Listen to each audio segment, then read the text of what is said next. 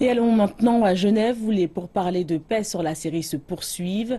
L'ambassadeur de la Syrie aux Nations Unies a rappelé que son gouvernement refuserait de négocier avec les dirigeants des groupes militants terroristes tels que Jaïh al-Islam. Pendant ce temps-là, le porte-parole en chef de la délégation de l'opposition syrienne a déclaré qu'il était essentiel d'appliquer la résolution des Nations Unies relative à la Syrie et d'apporter plus vite que possible une aide humanitaire dans le pays. À présent, nous avons une grande interrogation, une très grande interrogation même. Cette dernière a été identifiée, comme je l'ai spécifié au début en arabe. Nous devons savoir qui est terroriste et qui ne l'est pas, qui fait réellement partie de l'opposition et qui ne l'a jamais été. Les deux piliers les plus importants de la résolution 2254 du Conseil de sécurité des Nations Unies, celle contenue dans l'agenda et que l'on retrouve dans toutes les déclarations, n'a pas été appliquée pour le moment par l'envoyé spécial des Nations Unies, ni même par ailleurs par le gouvernement saoudien et le gouvernement jordanien.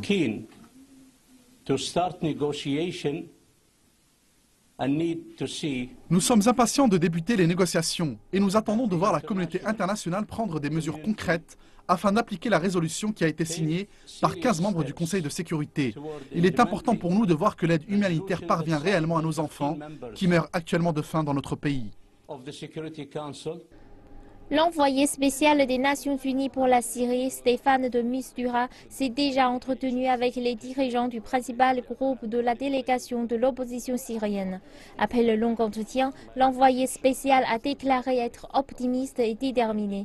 Les différentes réunions prévues, qui rassembleront les différentes parties syriennes, font partie du processus de négociation prévu par la résolution des Nations Unies, prévoyant d'arriver à une transition politique en Syrie à la fin de 18 mois de pourparlers de paix. Les négociations prévoient la rédaction d'une ébauche d'une nouvelle constitution et la préparation de futures élections.